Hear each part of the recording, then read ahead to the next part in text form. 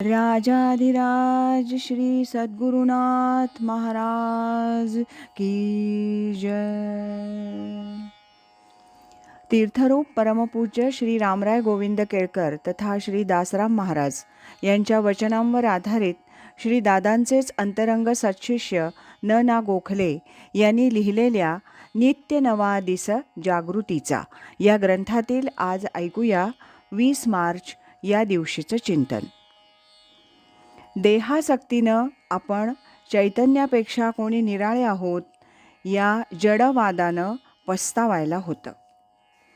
अद्वैतातून द्वैतात आलं की असमाधानाला प्रारंभ होतो, हे खरं सूत्र आहे. मी आणि देह निराळे आहोत ही भावना चैतन्याला धरून आहे, कारण मी म्हणजे देह नव्हे याची जाणीव मला आहे असा त्याचा अर्थ होतो. परंतु अनेकानेक जन्मांच्या सवयीमुळे मी म्हणजे देह ही भावना जडवादातून इतकी दृढमूल झालेली आहे की देह म्हणजेच मी अशी अगदी खात्रीच पटलेली आहे.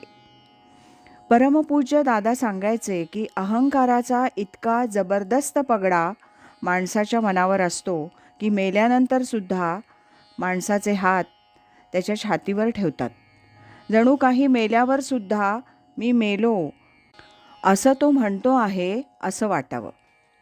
जडातून चैतन्य की चैतन्यातून जड अशा विकल्पांवर नानाविध चर्चा उहापोह चालू आहेत.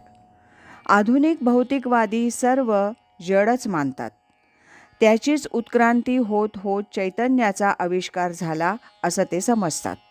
चैतन्यातून जड निर्माण होईलच कसं असा त्यांचा प्रश्न आहे. जडातून चैतन्य कसं होऊ शकेल किंवा झालं हे त्यांना सांगता येत नाही. पण आज ना उद्या या समस्येचं उत्तर सापडेल असं त्यांना वाटतं. सर्व चैतन्यच आहे अशी अनुभूती जर गुरुकृपेनं आली तर मग हा प्रश्नच उरणार नाही.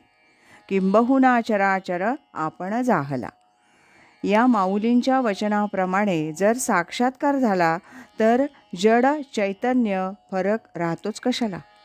परंतु वासुदेवच सर्वमिती ही धारणा फार थोड्या महात्म्यानं येते. म्हणून जडाच्या नादानं चैतन्याशी फारकत घेतली गेली की मग त्याचा नंतर ताप होतो.